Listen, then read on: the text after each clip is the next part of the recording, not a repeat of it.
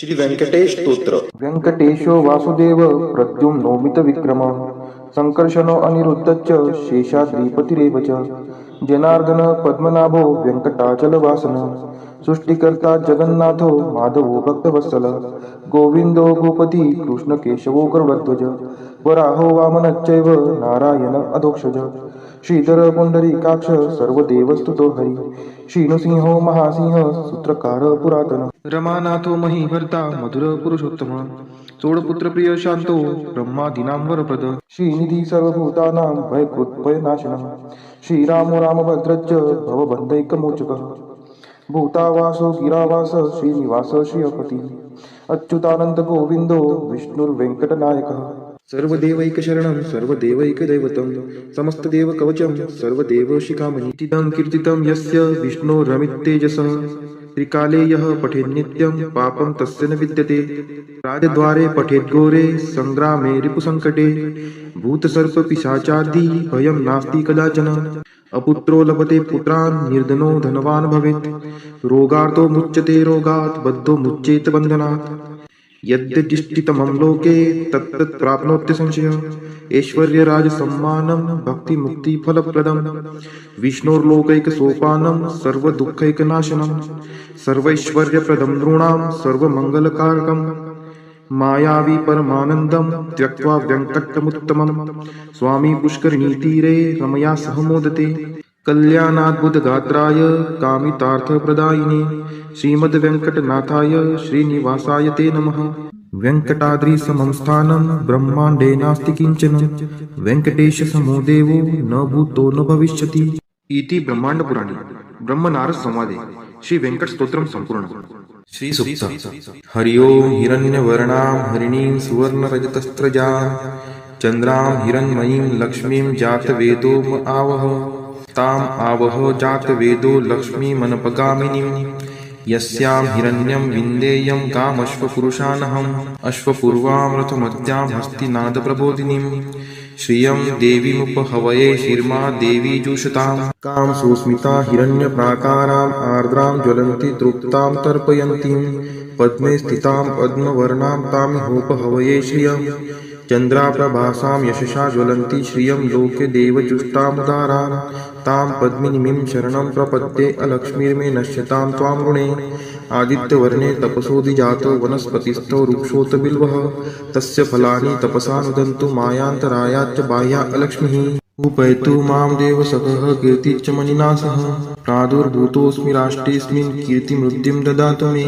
क्षुत्पिपासामलां ज्येष्ठाम् अलक्ष्मीं नाशयाम्यहम् अभूतिं समृद्धिं च सर्वा निर्नुद्मे गृहात् गन्धद्वारां दुराधर्षां निष्टपुष्टां करीषिणीम् ईश्वरी सर्वभूतानां तामिहोपहवये श्रियं मनसः काममाकुतिं वाचः सत्यमशीमहि पशूनां रूपमन्नस्य मयि श्रीशयतां यशः कर्दमेन प्रजावृता मयि सम्भवकर्दम श्रियं वासय मे कुले मातरं पद्ममालिनीम् आपः स्रजन्तु स्निग्धानि चिक्लितवसमे गृहे नीचदेवीं मातरं श्रियं वासय मे कुले आर्द्रा यः करणीं यष्टिं सुवर्णां हेमालिनीं सूर्यां हिरण्मयीं लक्ष्मीं जातवेदोम आवह आर्द्रां पुष्करिणीं पुष्टिं पिङ्गलां पद्ममालिनीं चन्द्रां हिरण्मयीं लक्ष्मीं जातवेदोम आवह ताम् आवह जातवेदो लक्ष्मीमनपगामिनीं यस्यां हिरण्यं प्रभूतं गावो दासोऽश्वान् विन्देयं पुरुषानहम्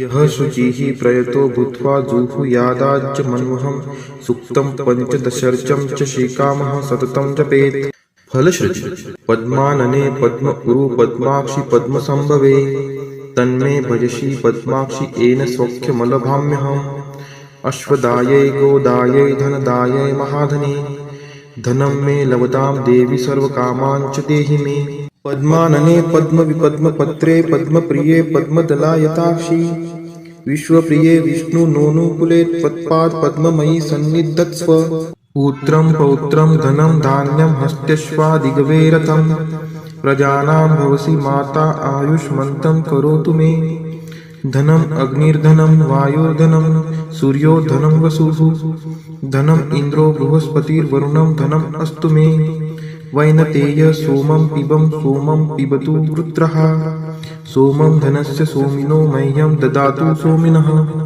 न क्रोधो न च मात्सर्यं न लोभो नाशुभा मतिः। भवन्ति कृतपुण्यानां भक्तानां श्रीसूक्तं जपेत्। सरसीजनीलये सरोजहस्ते धवलतरांशुकगन्धमाल्यशोभे। भगवती हरिवल्लभे मनोज्ञे त्रिभुवनभूतिकरी प्रसीद मह्यम्। विष्णुपतिं क्षमां देवीं माधवीं माधवप्रियां। लक्ष्मीं प्रियसखीं देवी नामाम्यच्युतवल्लभाम्।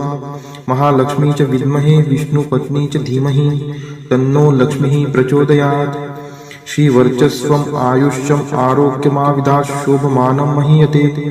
धान्यं धनं पशुं बहुपुत्रलाभं शतसंवत्सरं दीर्घमायुः इति श्रीसूक्तम्। ॐ महालक्ष्मी च विद्महे विष्णुपत्नी च धीमहि तन्नो लक्ष्मी प्रचोदयात्। ॐ महालक्ष्मी च विद्महे विष्णुपत्नी च धीमहि तन्नो लक्ष्मी प्रचोदयात्। ॐ महालक्ष्मी च विद्महे विष्णुपत्नी च धीमहि तन्नो लक्ष्मी प्रचोदयात्। ॐ महालक्ष्मी च विद्महे विष्णुपत्नी च धीमहि तन्नो लक्ष्मी प्रचोदयात्। ॐ महालक्ष्मी च विद्महे विष्णुपत्नी च धीमहि तन्नो लक्ष्मी प्रचोदयात्। ॐ महालक्ष्मी च विद्महे विष्णुपत्नी च धीमहि तन्नो लक्ष्मी प्रचोदयात्।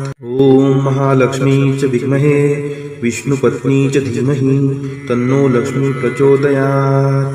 ॐ महालक्ष्मी च विद्महे विष्णुपत्नी च धीमहि तन्नो लक्ष्मी प्रचोदयात्। ॐ महालक्ष्मी च विद्महे विष्णुपत्नी च धीमहि तन्नो लक्ष्मी प्रचोदयात्। ॐ महालक्ष्मी च विद्महे विष्णुपत्नी च धीमहि तन्नो लक्ष्मी प्रचोदयात्। ॐ महालक्ष्मी च विद्महे विष्णुपत्नी च धीमहि तन्नो लक्ष्मी प्रचोदयात्।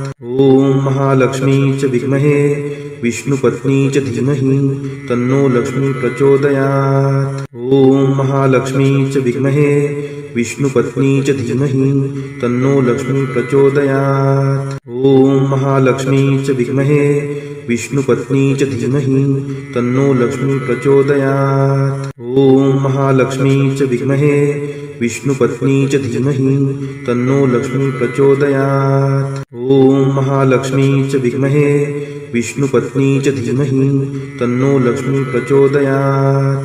ॐ महालक्ष्मी च विद्महे विष्णुपत्नी च धीमहि तन्नो लक्ष्मी प्रचोदयात्।